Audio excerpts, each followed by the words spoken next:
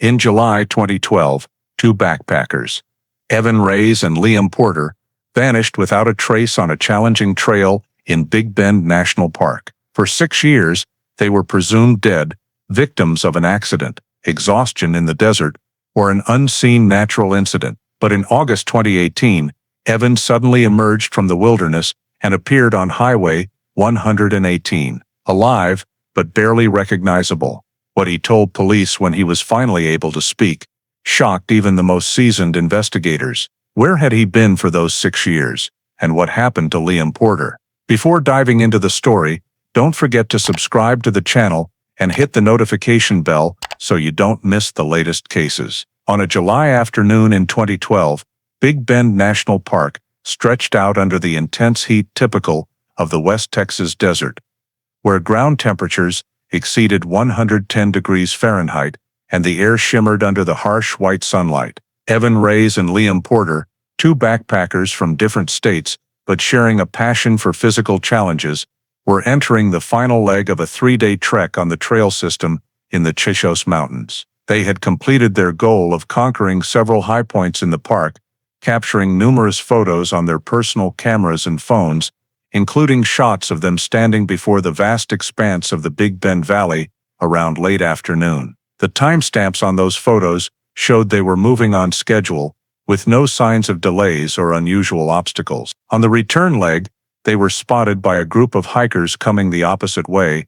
According to descriptions, both looked healthy, carrying full packs and reserve water, and were actively picking up the pace to reach the parking lot before full darkness. As the sun began to set behind the Chichos, light on the trail faded quickly, mountain shadows lengthened, and temperatures dropped. At a familiar trail junction, Evan and Liam chose a side branch commonly used by local hikers to shorten the distance back to the parking area. This choice made sense for the end of the day, when many wanted to get back before light completely faded. This was also the last time they were seen by anyone. After leaving the main trail, there was no more cell signal, no more photos, no further timestamp records of any kind. Desert night fell quickly, and no one reported anything unusual or cries for help. The next morning, a routine park patrol ranger noted that Evan and Liam's vehicle was still parked in its spot in the lot, unmoved and with no signs of having been opened. By midday, both families, based on the planned schedule and when they were supposed to check in, grew worried when they couldn't reach either man. Multiple calls and messages went unanswered, leading the families to contact park authorities to report the loss of contact. Rangers took the report, conducted initial verification at the parking lot, and confirmed the vehicle was still there while its owners had not returned overnight. An incident file was opened, marking the official recording of the disappearance of Evan Reyes and Liam Porter. Immediately after the disappearance was recorded, the Big Bend Ranger team initiated standard emergency SAR procedures, mobilizing experienced rangers, ground support staff, and a small group of volunteers familiar with the Chichos terrain. The initial sweep focused on the main trail where Evan and Liam had been last seen the previous afternoon. Rangers moved upward from the parking lot to the junction with the side branch, using topographic maps, handheld GPS, and natural rock markers to identify the segment the two victims likely took. On the dry sandy soil near the junction, trackers found a few shallow footprints, not deep due to the hard ground, but with sizes and stride lengths matching the victims' descriptions. However, the prints had been blurred by desert winds,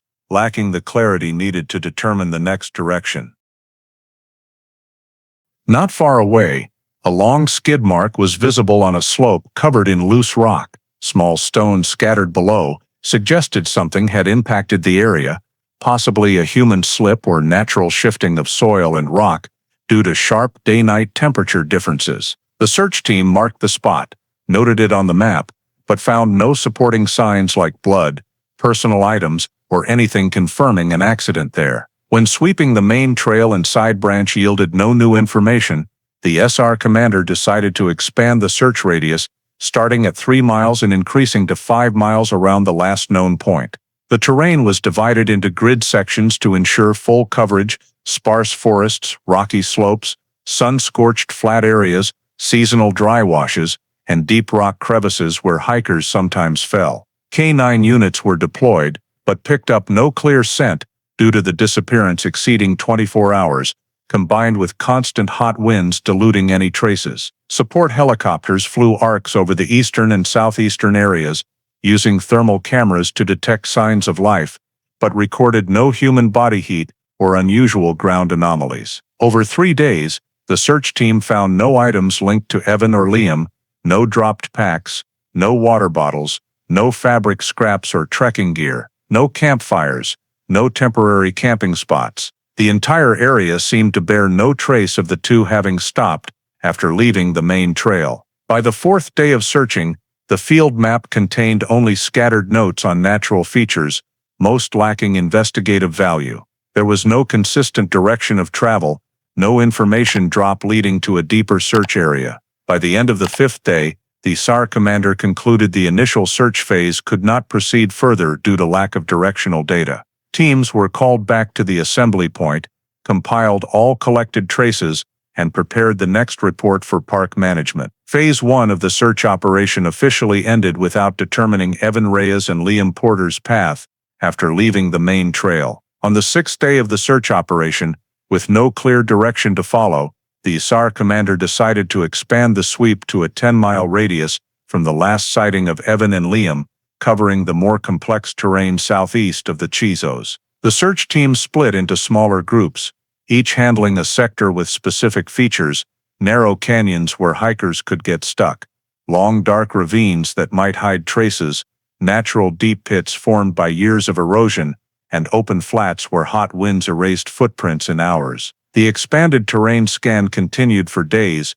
with every suspicious point marked, photographed, and cross-referenced on digital maps, but no evidence linked to the victims was found. No dropped packs, no torn clothing, no signs of stopping or temporary shelter. K-9 units continued support, but extreme weather and elapsed time prevented dogs from locking onto a specific scent direction. While ground teams checked dangerous terrain points, command received a report from a visitor at the parking lot on the afternoon of July 14. The person reported seeing a moss-green pickup truck leave the trailhead area relatively late, around after sunset.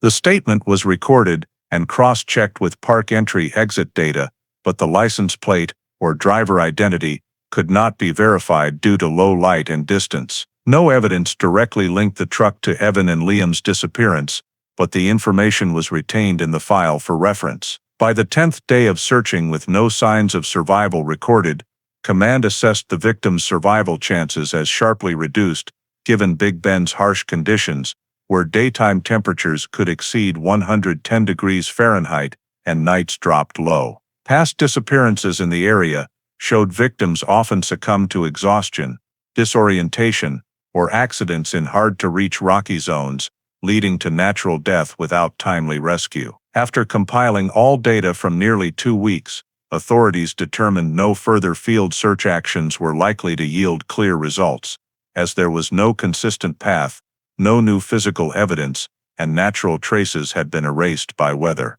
The search operation officially ended without progress, and the disappearance of Evan Reyes and Liam Porter was reclassified as a cold case, archived in park and law enforcement systems awaiting future new information. From late 2012 through mid-2018, the disappearance file of Evan Reyes and Liam Porter remained almost completely dormant, with no new clues or leads emerging to reopen search directions. After the official search ended, some hikers or visitors to the Chizos continued submitting sporadic reports of natural features they thought might relate to the victims, such as unusual rock piles, faint side paths, or fresh skid marks on slopes, but ranger checks confirmed all as normal semi-desert environmental traces with no investigative value. In the early months after closing the operation, no additional physical evidence was found, nothing matching the victim's gear, and no new witnesses came forward, confirming sightings after the afternoon of July 14. Some volunteer organizations, specializing in national park disappearances, contacted families, offering private supplemental searches by resweeping remote areas or organizing aerial observation flights, but all yielded no results. Many hikers who knew Liam also conducted small group searches, analyzing terrain maps, disorientation patterns, and alternative branching possibilities if the victims encountered issues at dusk. However, no areas stood out, largely because Big Bend's environment erased surface traces almost completely within days under heat and wind. In internal park records, the case was classified as no progress, meaning existing data was insufficient to restart field searches, with no indications warranting expanded hypotheses. Rangers from the 2012 operation viewed the most likely scenario as the victims suffering a natural accident or disorientation in Big Bend's extreme heat, leading to exhaustion in inaccessible areas. Families maintained periodic contact with authorities, but updates remained consistent over the years. No new reports, no discoveries. A few private searches continued in subsequent summers, the best season for terrain surveys, but produced no results. Some sightings of individuals resembling Evan or Liam in nearby border towns were checked but ruled out. During this period, park management kept the file archived but conducted no further field activities due to lack of directional data. Some volunteer groups and independent hikers continued small-scale surveys in later summers, but no areas showed relevant signs for Evan or Liam. Outdoor safety researchers reanalyzed weather conditions and disorientation patterns at Big Bend, but offered no differing hypotheses from the initial natural accident conclusion. Families occasionally received reports of sightings resembling Evan or Liam in border area towns, but field checks were negative. The park file remained marked "no progress,"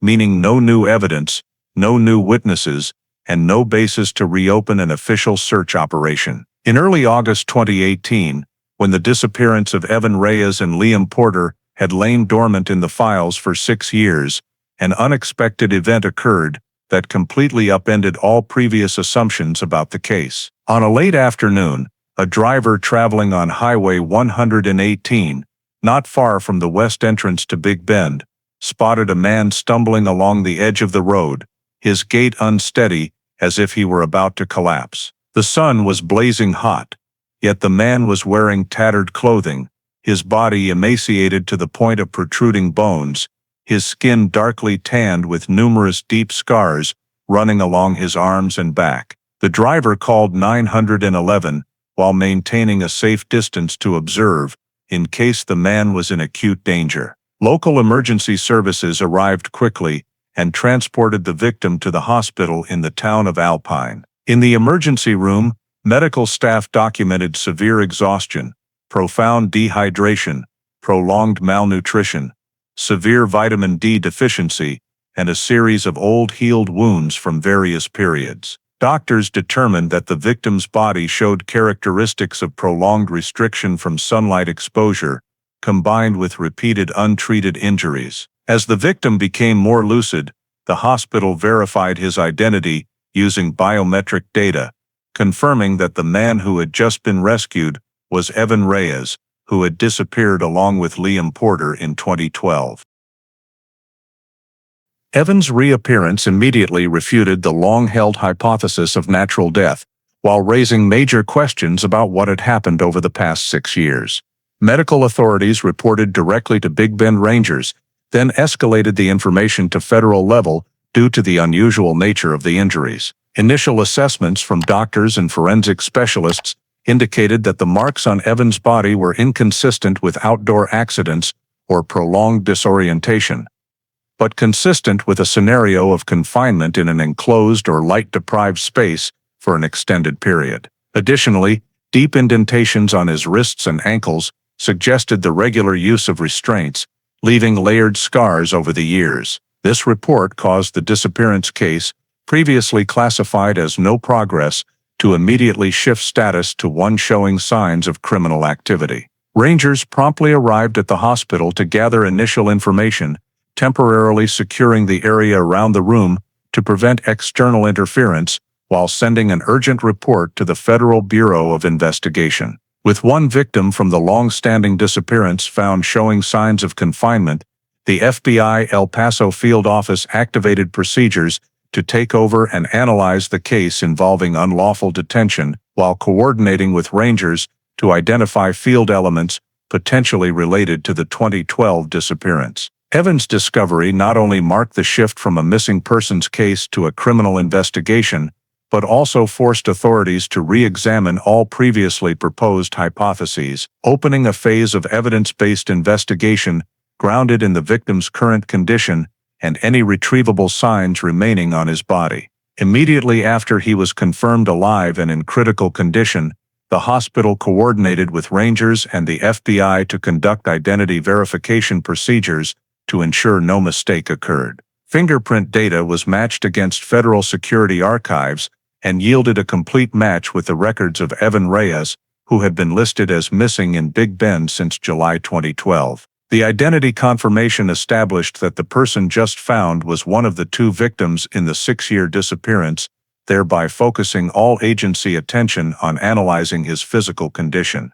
Detailed medical reports revealed a series of injuries occurring in phases: thick scarring on wrists and ankles, indicating continuous restraint, with multiple layers of scar tissue overlapping over years, several healed rib and arm fractures that had set improperly, showing old injuries not properly treated, severe deficiencies in vitamin D and minerals, clear signs of prolonged isolation from sunlight. Additionally, the skin on Evan's back and shoulders showed asymmetrical old burn scars, the type of injury commonly seen in confined environments with high heat exposure. All these factors led to the initial conclusion that Evan had endured prolonged confinement in a light-restricted, movement-limited environment with repeated physical trauma. While medical staff continued stabilizing Evan's vital signs, FBI agents and rangers were permitted limited access to collect initial information that could support the investigation. Due to the effects of exhaustion and psychological distress,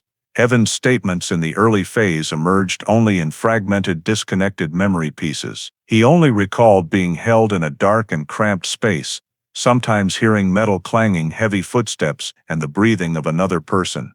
He could not determine time, unable to distinguish day from night. In particular, he only mentioned the presence of a man whom he could not clearly describe beyond a hoarse and deep voice. When asked about Liam Porter, Evan reacted only with signs of panic and could not form complete sentences. These scant memory fragments, though insufficient to reconstruct the sequence of events, were enough for investigators to determine that Evan's reappearance was not the result of an accident or natural disorientation, but directly related to unlawful confinement by an individual or group.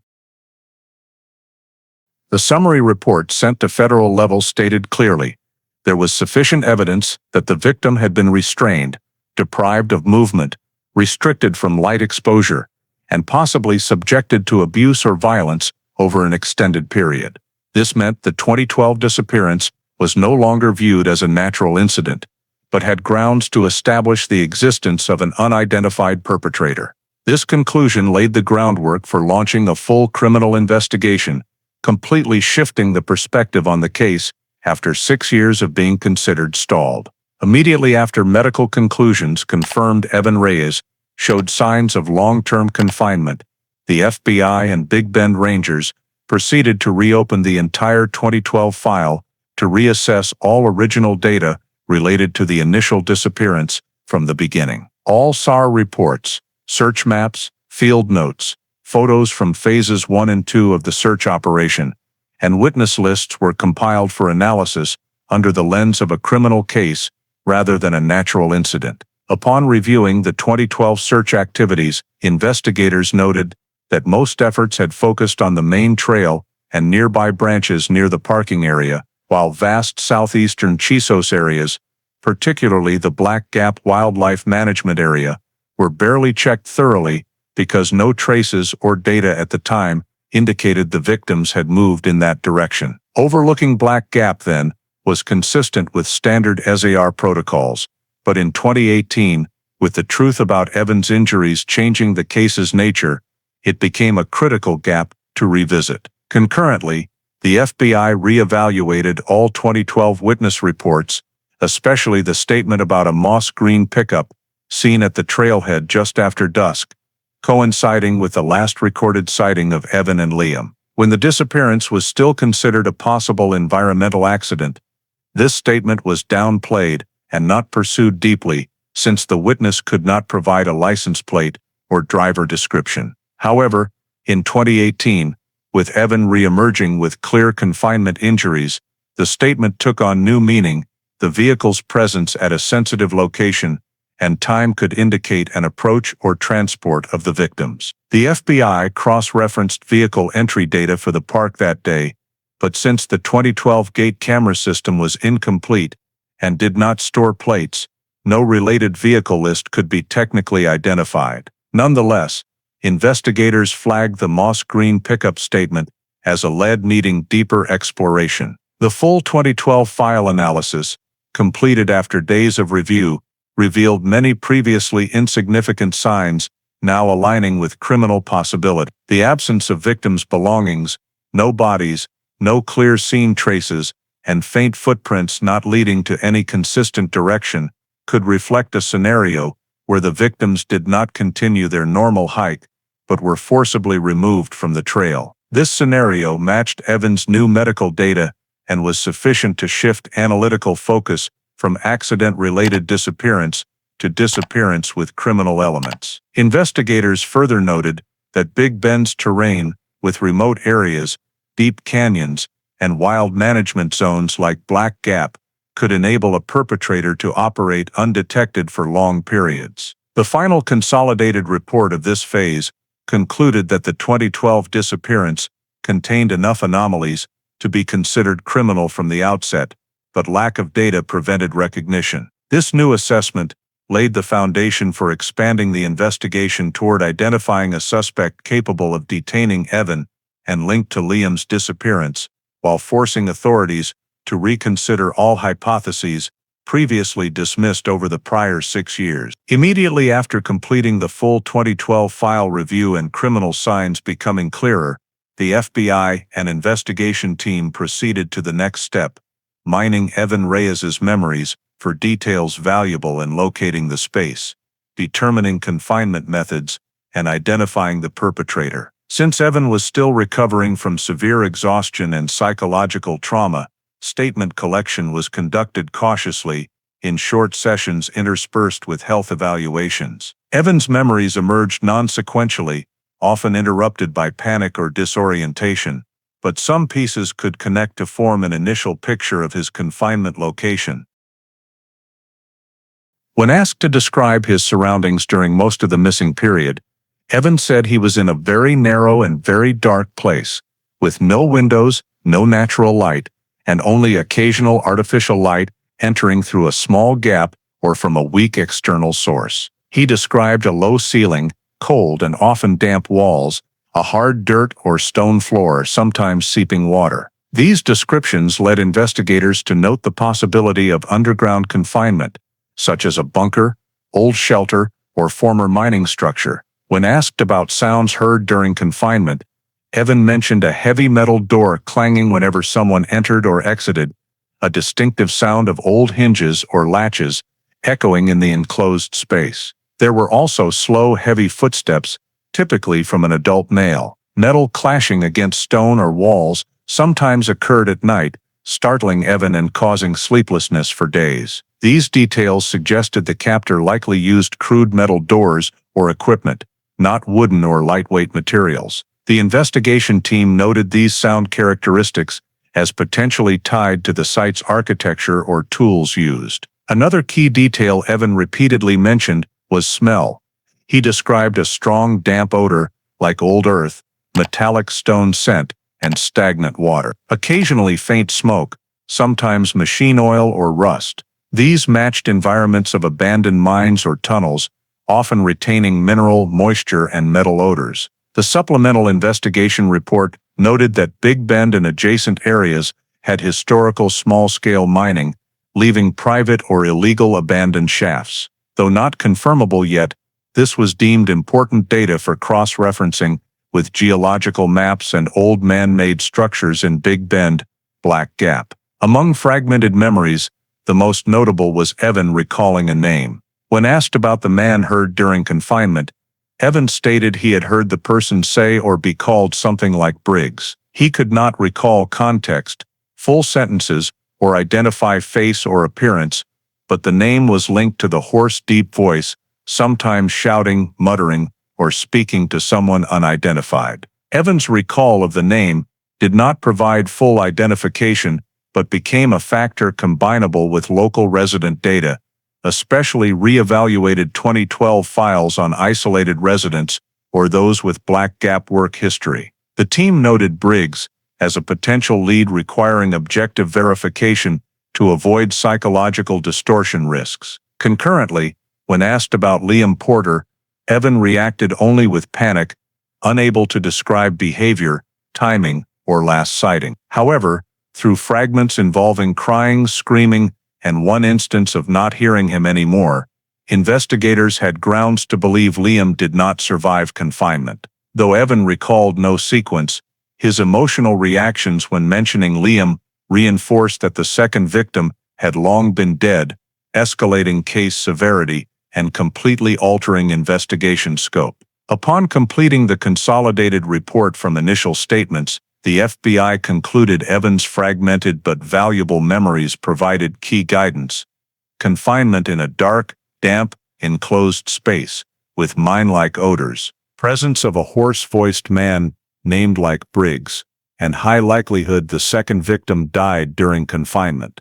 This formed the basis for expanding analysis to field locations and potential suspects, laying groundwork for the next investigation phase. Based on the newly collected facts from Evans' fragmented memories and the re-evaluation of the 2012 case file from a criminal perspective, the FBI began building a list of potential suspects by screening all semi-permanent residents, isolated individuals, or those who frequently moved around the Big Bend and Black Gap areas during the 2010-2014 period. This was a specific demographic group, most of whom had no registered permanent address and worked freelance jobs such as hunting, small-scale mining, scrap collecting, or odd temporary work. The initial list yielded about a few dozen names, but after cross-referencing with movement data, temporary residence records, criminal histories, and activity ranges, the number narrowed down to a small group with the ability to access the area where Evan was most likely taken. Among them, the most notable name was Walter Briggs, a middle-aged man who had worked at small mining operations in the Texas desert region and lived in isolation after quitting his job for unclear reasons.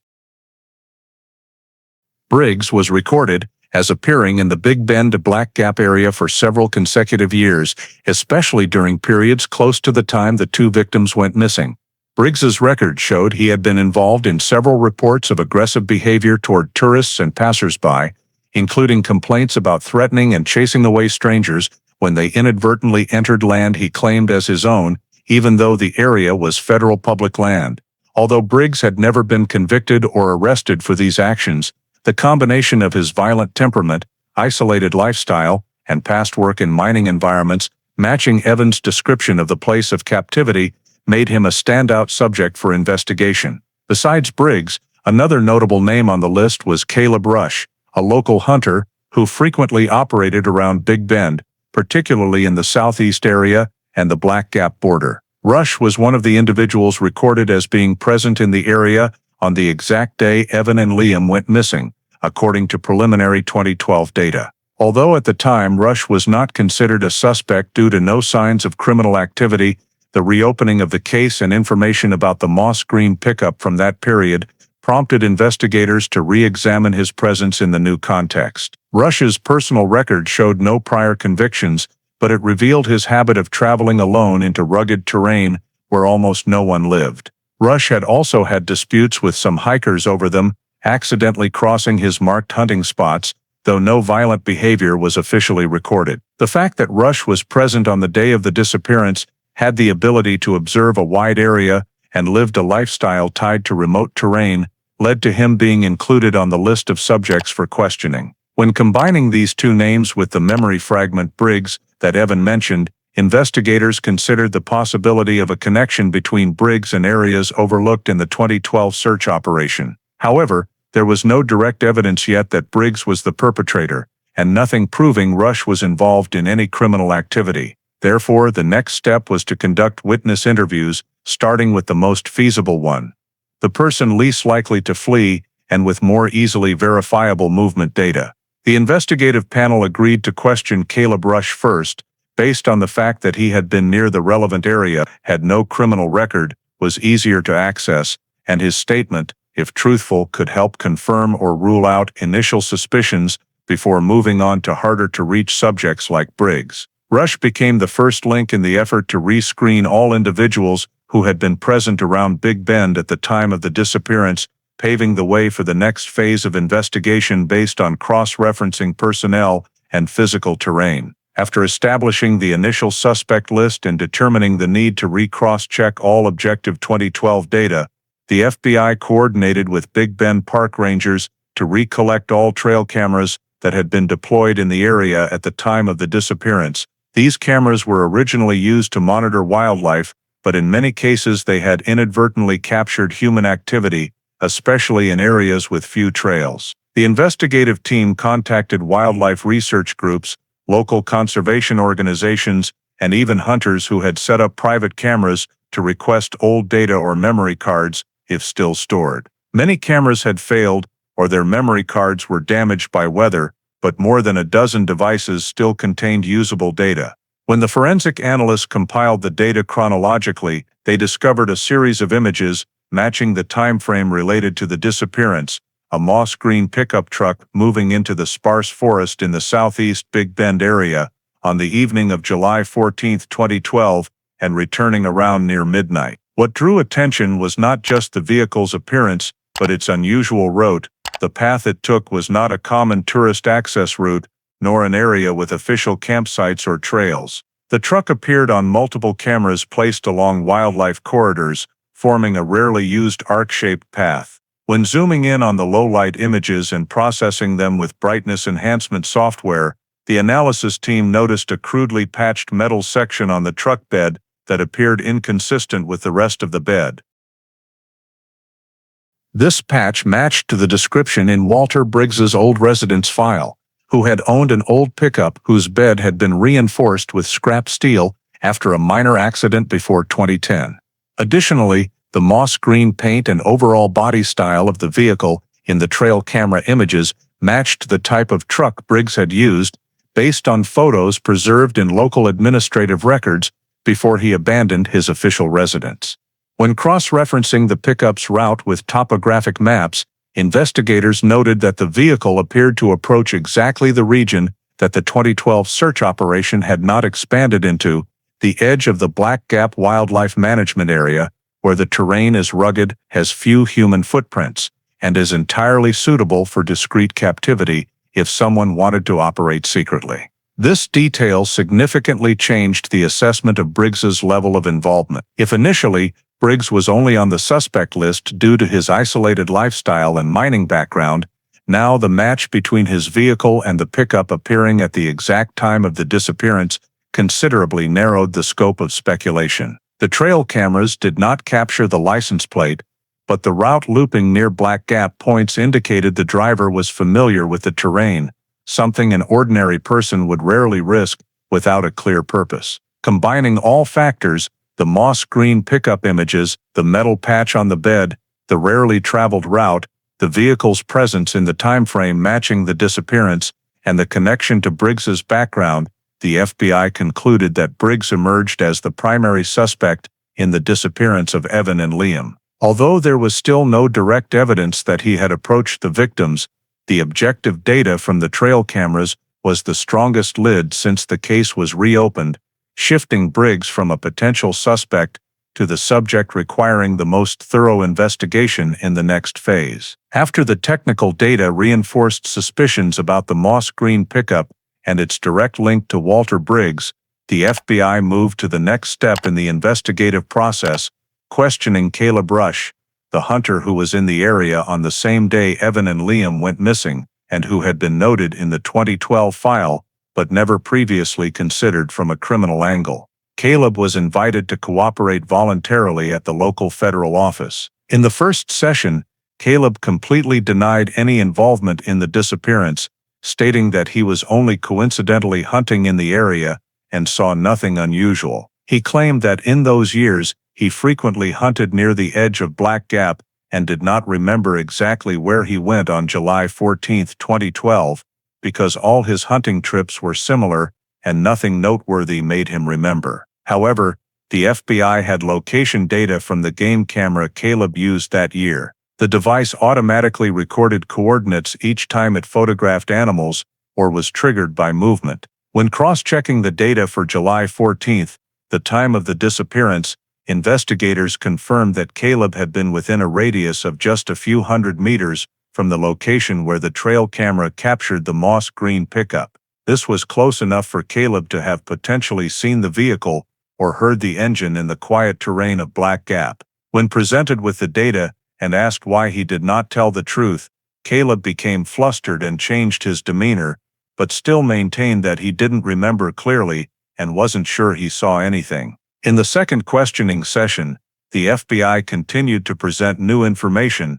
One of the trail cameras triggered within Caleb's vicinity captured the silhouette of a person standing on a slope near sunset.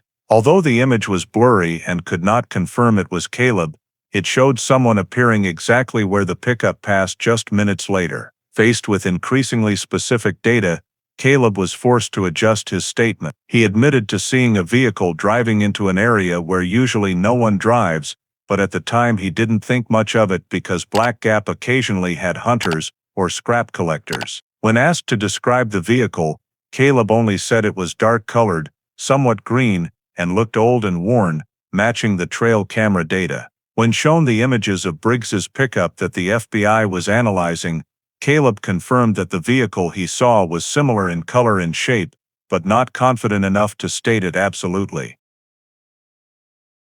However, this admission broke through his initial denials and created a new breakthrough in the investigation. In the subsequent questioning session, the FBI shifted to exploring the relationship between Caleb and Briggs. Civil records showed that both had spent time in the same area, both being outdoorsmen who sometimes encountered each other while hunting or collecting scrap. When asked about Briggs, Caleb showed clear tension and said he didn't like getting involved with him. When pressed to explain, Caleb stated that Briggs had an erratic temper and had once confronted him over a dispute about trap placements. When investigators asked more specifically about their interactions, Caleb hesitated, but eventually admitted that Briggs had once mentioned a place underground that he had fixed up so no one would find it. When the FBI asked for more description, Caleb said Briggs did not specify the location, only complaining that people were increasingly encroaching on his land, so he needed a place no one knew how to reach. This detail drew particular attention from the investigative team because it completely matched the smell, surroundings, and structure Evan described. Nevertheless, Caleb continued to deny any involvement in holding or harming anyone. He insisted he never went into that place and didn't know what Briggs did there. When the FBI pressed him on why he did not report seeing a strange vehicle or Briggs's unusual behavior at the time of the disappearance, Caleb explained that he did not want to get involved with Briggs out of fear that he might retaliate. This fear was deemed credible because Briggs had been reported as quick to anger and violent when feeling threatened. After more than 4 hours of continuous questioning, no evidence emerged showing Caleb participated in the abduction or harm of Evan and Liam, but his admission of seeing the pickup and confirming Briggs had mentioned an underground place provided the FBI with important pieces of the puzzle. The session report concluded that Caleb Rush was not considered a direct suspect in the case due to lack of signs of criminal activity, but he was a key witness as the only person besides Evan who could confirm the unusual presence of Briggs and the vehicle in the remote area on the exact day of the disappearance. The detail about the underground place was flagged as a lead to be further clarified in subsequent investigative steps. After obtaining critical data from Evan's fragmented statements, the 2012 trail camera images, and Caleb Rush's admission of seeing Briggs's pickup,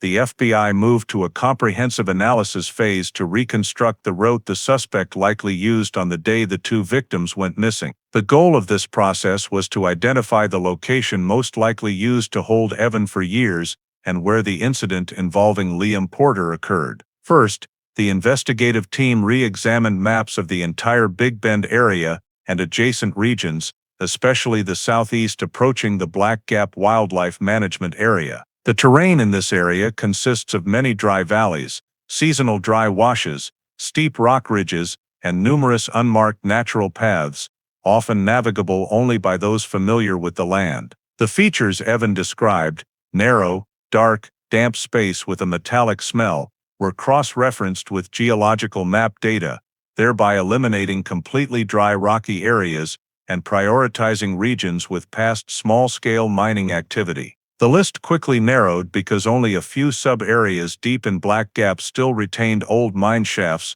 or partially filled access roads. When overlaying the 2012 trail camera data onto the map, the analysis team noted that the moss green pickup's route formed an arc cutting through 3 wildlife corridors northwest of Black Gap, then returning along a nearly parallel but offset path. This suggested the driver likely entered a remote area, performed some action, and then returned via a different route to avoid detection, rather than simply going straight and turning around like ordinary travelers. This unusual route supported the hypothesis that the vehicle approached a specific location, not on any tourist or service road. When combined with Caleb's statement about Briggs mentioning an underground place and his wary attitude toward Briggs, investigators had further grounds to focus on abandoned mines or man-made structures. These sites were often outside the scope of the 2012 SAR operation because no traces led there. A key next step was analyzing routes Briggs might have used.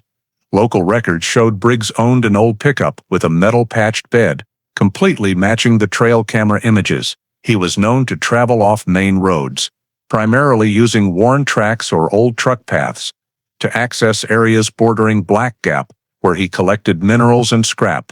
When the FBI cross-referenced old trail data with the route captured on camera, only 3 possible routes remained for the night of July 14, 2012. All 3 led deep into extremely remote areas, unsuitable for those unfamiliar with the terrain. Among the 3, the second route, cutting through a narrow valley and leading to a cluster of abandoned mines, matched most closely with all collected information, consistent with Evan's statement about smell and space, consistent with the description of the underground place Briggs mentioned to Caleb, consistent with the direction captured on trail cameras.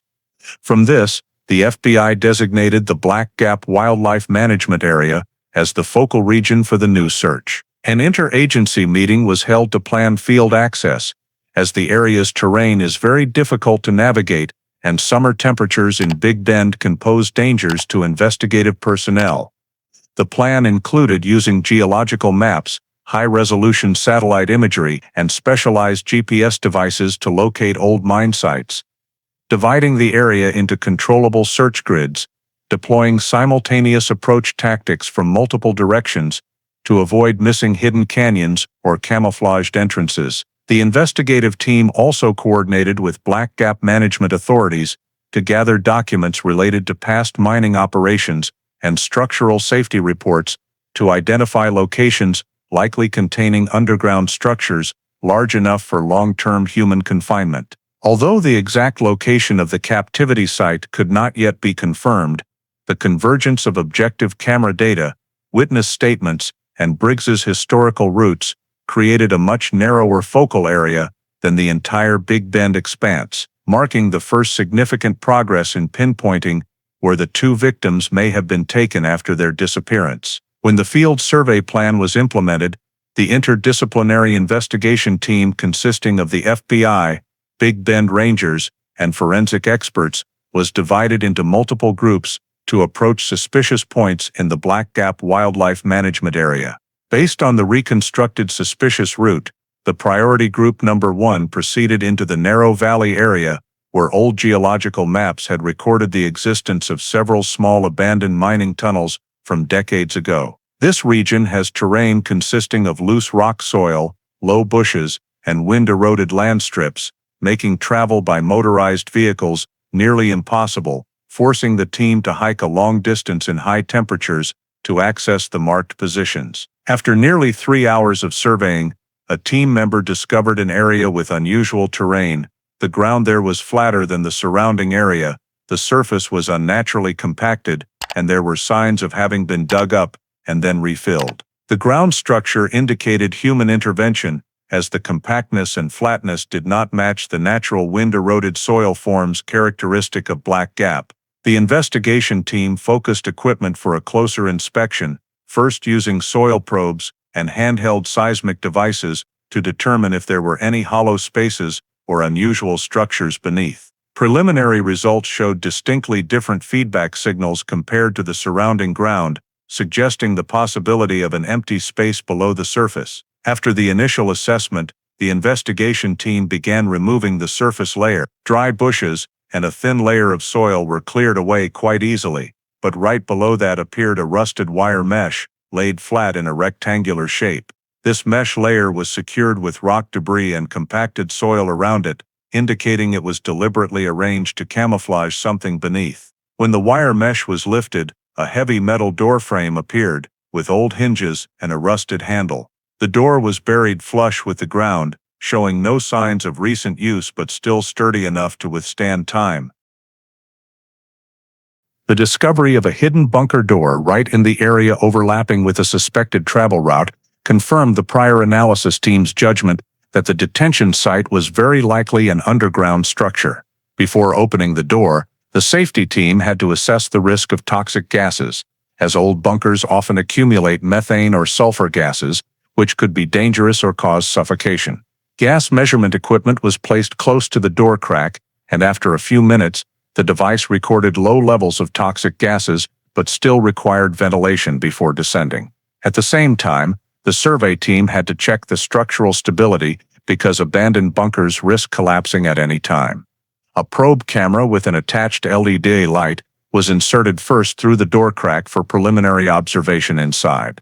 The returned images showed a narrow chamber with stone walls, many old flaking spots, and a damp dirt floor. Some unidentified objects lay scattered on the floor, but due to dust and weak lighting, the images were not sufficient to identify specifics. After ensuring the toxic gas levels did not exceed dangerous thresholds, the forensic team began preparing full equipment, high-powered handheld lighting systems, gas filter masks, safety ropes, collapse prevention supports, scene marking tools, and specialized sample collection kits. Due to the potentially very narrow underground space, the number of people descending into the bunker had to be limited to avoid causing vibrations or affecting the structure. Before fully opening the door, the investigation team set up anchor ropes and temporary ventilation equipment to pump clean air down, both aiding visibility and reducing the risk of suffocation for those entering first. When the door was opened slightly, a stream of cold air and a musty, damp smell rose up, the characteristic odor of long unused sealed structures. The investigation team recorded the entire process on video for later analysis. The door structure itself, with old hinges, rough steel frame, and camouflage using rusted wire mesh, indicated this was not a door remaining from large-scale industrial mining, but likely had been repaired or repurposed by an individual. When the lighting system was positioned, the interior images became clearer. The dirt floor showed signs of past disturbance. The stone walls had unusually flat patches, and a narrow passageway led deeper down. All of this matched the hypothesis of a discrete detention site that no one could see from above. Finding the bunker entrance was the first breakthrough in the chain of field searches, marking the first physical evidence proving that an underground structure existed right in the predicted focal region. This was the result of combining data from Evan's memories, Caleb's testimony, and camera trap traces, linking scattered information threads into a specific location for continued investigation. Once the bunker entrance had been ventilated and initially safety checked, the forensic team and investigators descended one by one using safety ropes, carrying strong lighting systems to survey the entire structure. The first space that appeared was a small rectangular chamber with a low ceiling, exposed stone walls with long damp streaks from top to bottom. The smell of old earth and metallic vapor rose distinctly, matching Evan's prior description of the place where he had been detained. Under strong lighting, the investigation team noticed the dirt floor compacted into unusually flat areas, signs of prolonged foot traffic. In the left corner of this chamber, a metal chain segment was still attached to a hook drilled deep into the stone wall. The chain surface had years-old rust, but the links near the hook showed newer wear marks, indicating it had been used multiple times. A synthetic fiber restraint rope frayed and stuck to the stone lay a few steps away, and close to the right wall was a torn dark-colored fabric piece, frayed edges, with dark brown stains. The forensic team quickly cordoned off the sample collection area and used specialized kits to take biological samples from the fabric surface and restraint rope. At the head of the chamber, the stone wall had deep vertical carvings, some unclear symbols in the form of letters, others parallel lines or repeated marks. The field expert speculated these could be time-keeping scratches or signals created by the detainee to remember dates or mark moments. These symbols were photographed in high resolution and molded with silicone for later analysis. From the first chamber, a narrow passageway led to the second chamber, smaller but more enclosed. The air here was heavy with dampness and more stifling, indicating very limited natural ventilation. The walls inside the second chamber had many flaking spots, and right at the base of the wall were dried blood stains that had changed color, visible under magnified lighting. The forensic team used chemical reagents to detect blood traces, and initial results showed positive indicators. Some biological samples were collected from the stone surface and from the adhering dirt layer below. The ceiling of the second chamber was significantly lower, in places only allowing passage by stooping, matching the low and dark ceiling description in Evan's testimony. Here, the search team found another restraint rope segment, longer, with strong twisting marks at the end, as if it had endured pulling force. Next to it was a small metal ring in a circular lock form, likely once used to secure the rope to the wall. These items were collected intact for later comparison. Overall, the conditions of both chambers matched the injuries on Evan's body: limited light space, high humidity, abrasions from rough surfaces, a confined environment suitable for mishealed fractures, and layers of scars on wrists and ankles. The field team proceeded to the next step of collecting DNA samples from multiple positions near the chain hook.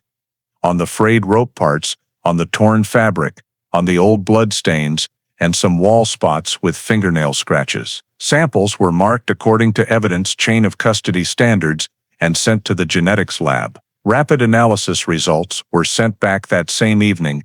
Many DNA samples fully matched Evan's profile, including skin cells on the chain, biological traces on the torn fabric, and wall scratches. Some old blood samples also matched Evan's biological characteristics, indicating he had been injured in the bunker. Additionally, on the second chamber wall, there was an indentation that the expert assessed as highly likely created by a strong impact from a hard object, matching the description of mishealed injuries on Evan. Some other blood samples could not be immediately identified, but indicators showed the presence of an additional DNA source in this space. The bunker conditions, dark, secretive, unventilated, and with moisture-seeping stone structure, fully compatible with the descriptions Evan provided, reinforcing the assessment that he had been detained here for a long period. The evidence collected in the bunker not only confirmed Evan's presence, but also proved that this place had been deliberately used for detaining people,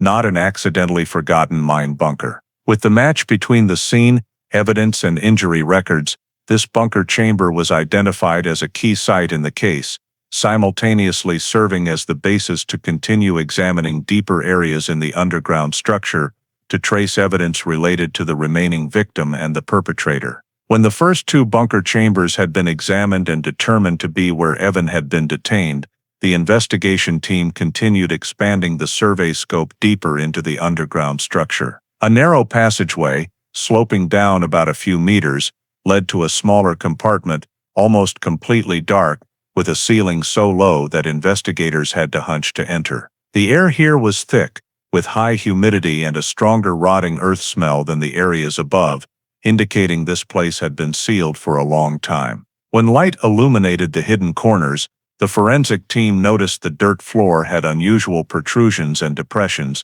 as if it had been dug up and then covered with new soil. Under the thin soil layer, the soil color shifted to a darker tone, with a looser texture compared to the general bunker floor. This was a typical sign of a site where biological material had been buried. The investigation team decided to expand the examination area using forensic excavation techniques, employing small tools to avoid disturbing the structure. After just a few minutes, white ivory bone fragments began to emerge. As the excavation continued, anatomical shapes gradually became clear. A skull fragment with a large crack running across the temple, curved rib bones broken in multiple segments, the femur intact but misaligned from the body axis. Initial features indicated this was not animal remains, but human skeletal remains with clear trauma. Some decayed fabric scraps nearby had colors similar to Liam Porter's clothing, described in the 2012 missing person report. All were carefully collected and classified before being removed from the bunker. At the field forensic lab set up near the scene, bone samples underwent preliminary DNA analysis using mobile equipment. Although this process only provided temporary results, when the match coefficient with Liam Porter's genetic profile reached a high compatibility level, the investigation team could confirm that the newly discovered remains were indeed those of the second victim. This was a pivotal turning point in the case, while the existence of the detention bunker proved Evan was unlawfully abducted. Finding Liam's body proved a homicide had occurred. Through closer inspection of the skull, the expert noted a curved crack from the temple extending down to the cheekbone, characteristic of trauma caused by a hard object with small contact area. They assessed this could be direct, strong, and repeated impact, matching a blow from a metal object or heavy tool. The victim's rib bones were broken in multiple places, some transverse breaks, some diagonal, indicating the force was not from random impact, but the result of strong beating or trampling. There were no bullet traces on the bones, ruling out death by shooting. Based on the decomposition level, environmental conditions in the bunker, and characteristic bone tissue changes, the forensic team estimated the time of death around 2013, meaning Liam died after a period of detention, not on the day of disappearance. This matched Evan's panicked psychological state when asked about Liam, indicating he had gone through a phase of witnessing or knowing clearly about his companion's death. The dug soil layers around the remains also showed the burial was done hastily, not technically, for temporary concealment rather than long-term disposal. The shallow burial in a sealed space allowed the remains to retain many biological traces, aiding forensic analysis. When the entire excavation process was complete, the scene was photographed, video recorded, and detailed mapped, confirming this as the victim burial point.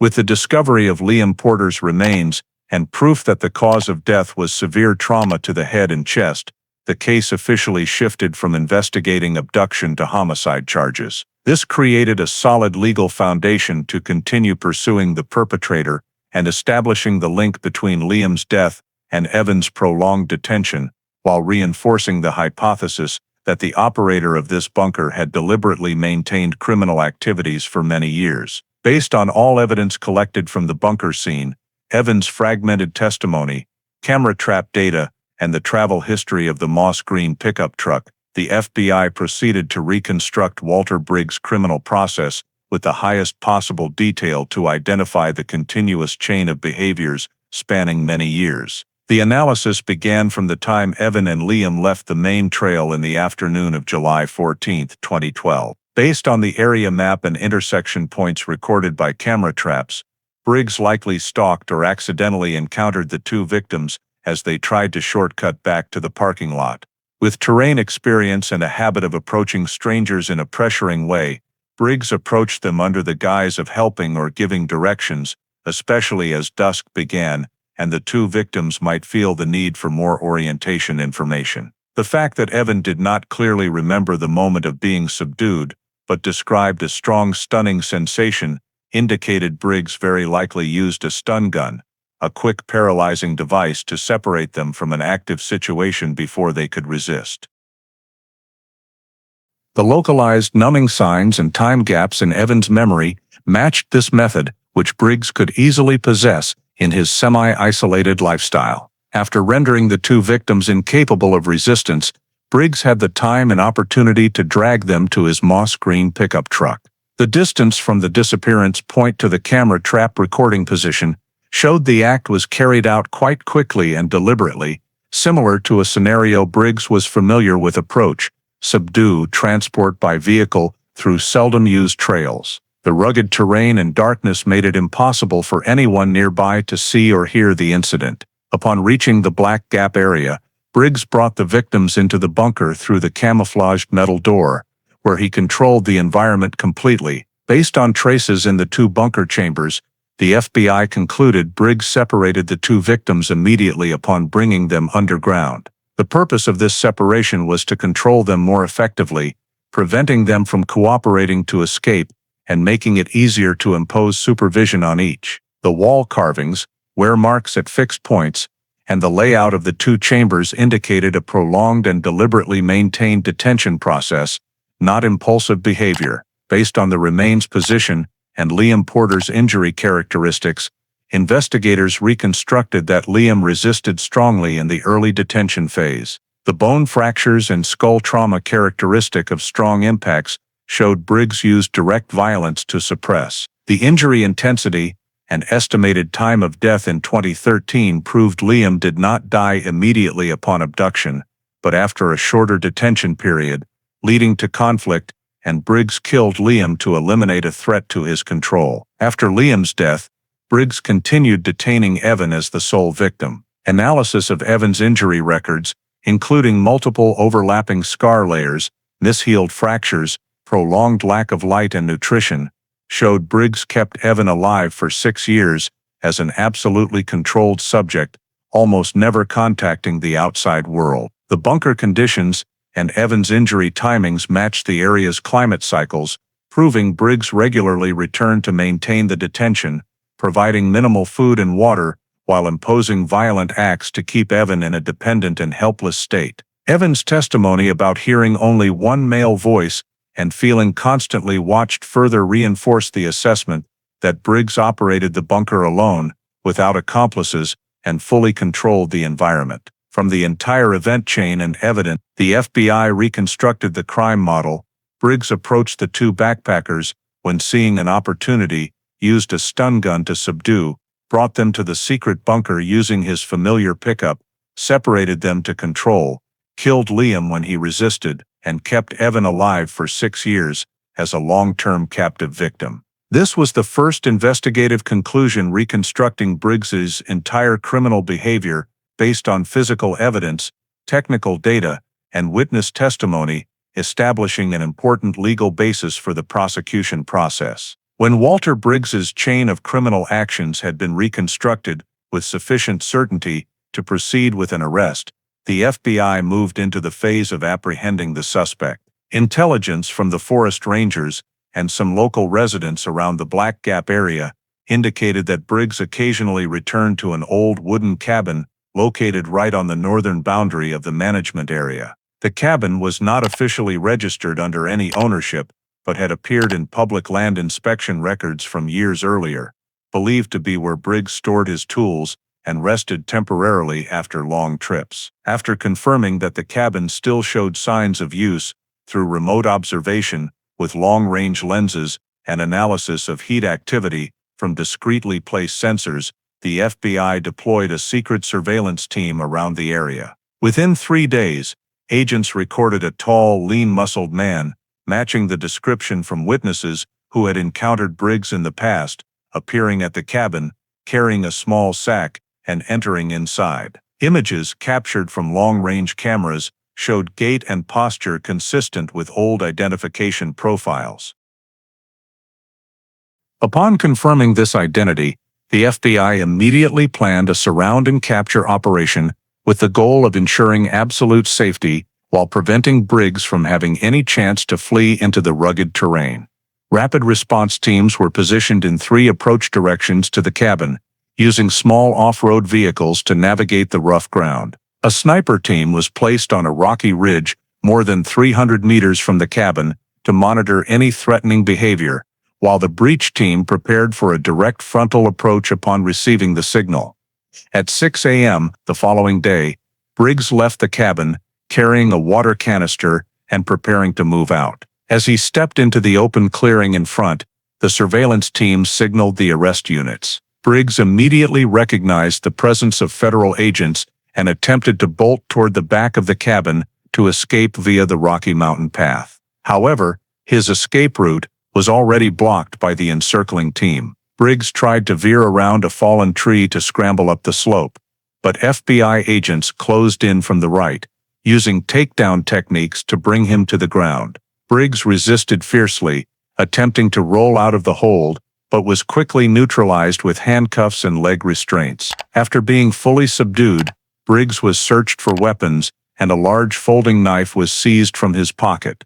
The cabin search team immediately moved in, discovering inside numerous old tools, some rudimentary repair equipment, and notably a moss green pickup truck parked behind the cabin, covered with an old tarp to avoid detection from afar. Upon removing the tarp, agents confirmed it was the vehicle matching the 2012 camera trap images, same paint color, same bed shape, and especially the metal patch on the left corner of the bed, a feature that had become a key identifying mark during the investigation. The truck was sealed under evidence procedures and towed to the analysis facility. Briggs was escorted from the scene, while the cabin was secured for subsequent search. The successful arrest of Briggs marked the transition from investigation to criminal prosecution, ending the years-long manhunt phase and paving the way for the next legal steps. After his arrest and undergoing routine interrogation procedure, Walter Briggs was transferred to the federal court system,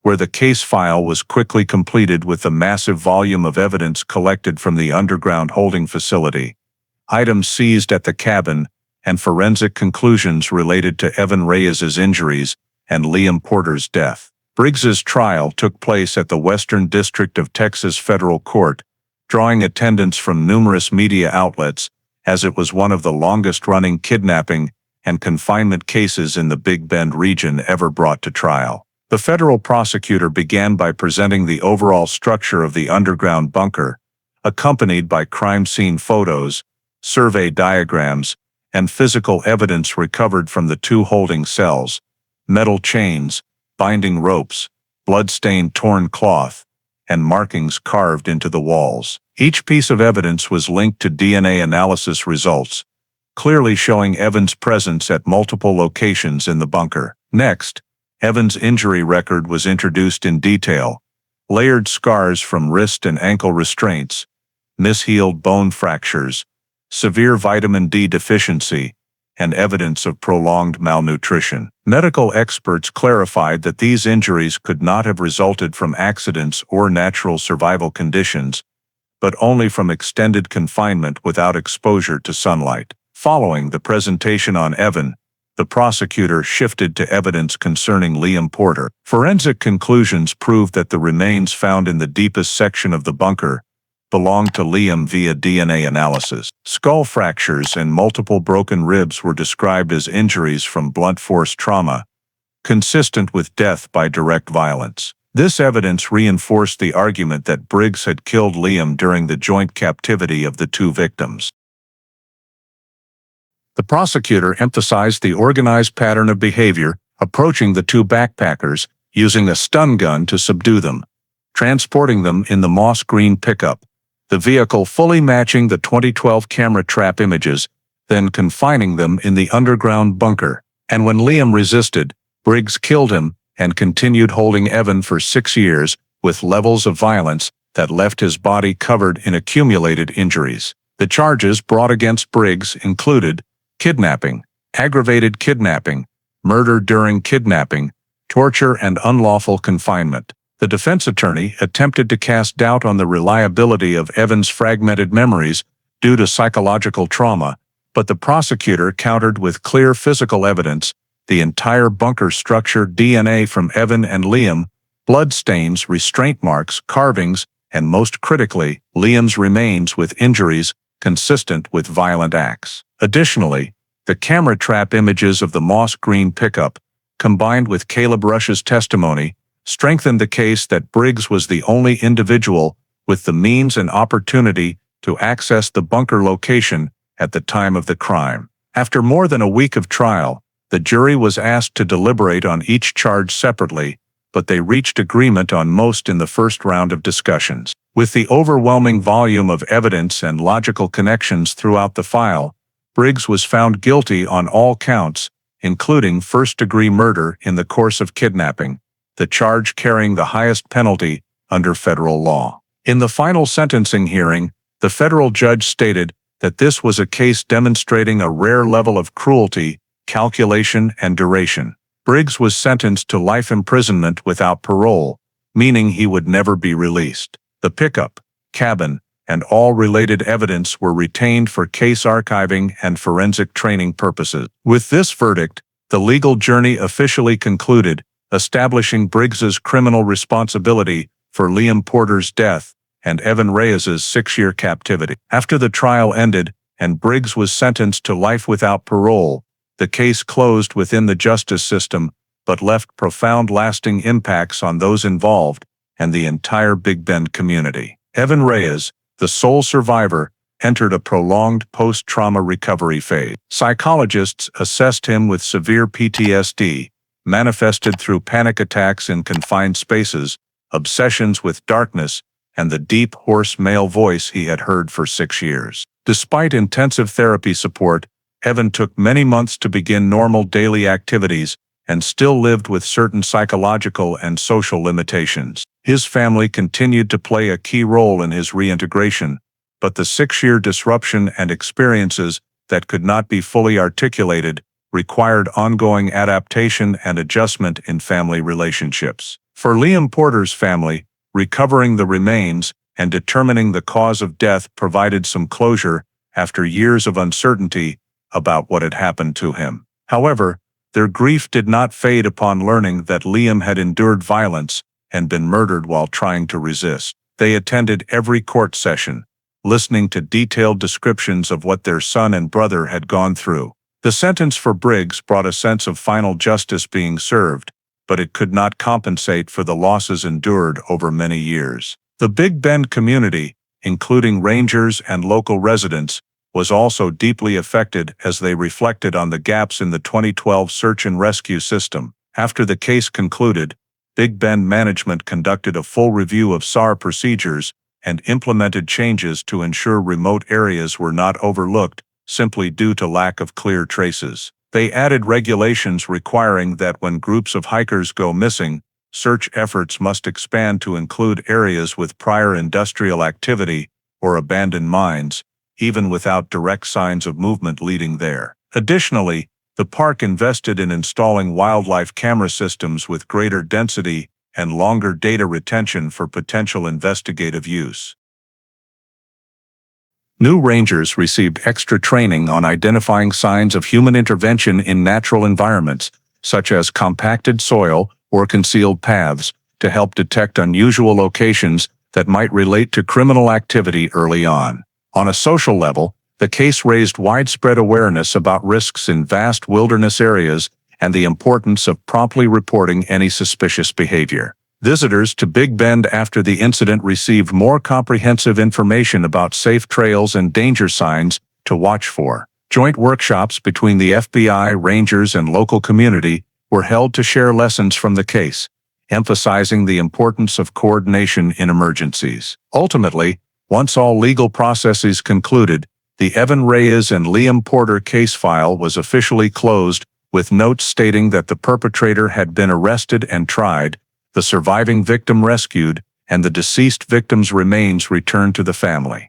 The case closed after 6 years of disappearance and an additional 3 years of investigation, becoming one of the most exemplary instances of reopening a file through the combination of physical evidence, technology, and rare survivor testimony. The story of Evan and Liam at Big Bend reflects many issues that American society today still faces: personal safety, reliance on technology, and the limitations of search and rescue systems in vast wilderness areas. A key lesson comes from Evan and Liam veering onto a lesser-used side trail without informing anyone of their plans. This is a mistake many American hikers still make, despite the National Park Service's constant recommendations to leave detailed itineraries with family or rangers. Their complete disappearance in the initial phase left SR teams without location data to follow, causing the case to be considered no progress for years. This reminds us that in modern life,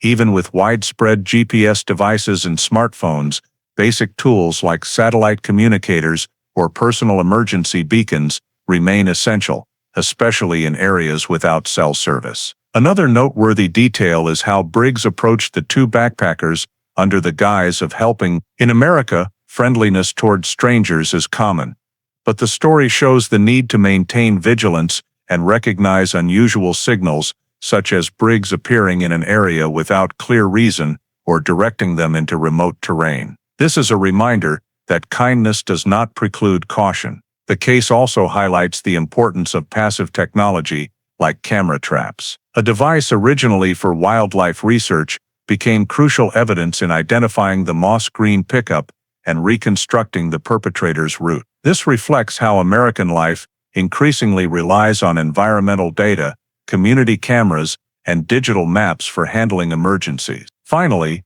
Big Bend's response in improving SR procedures is a lesson in systemic responsibility.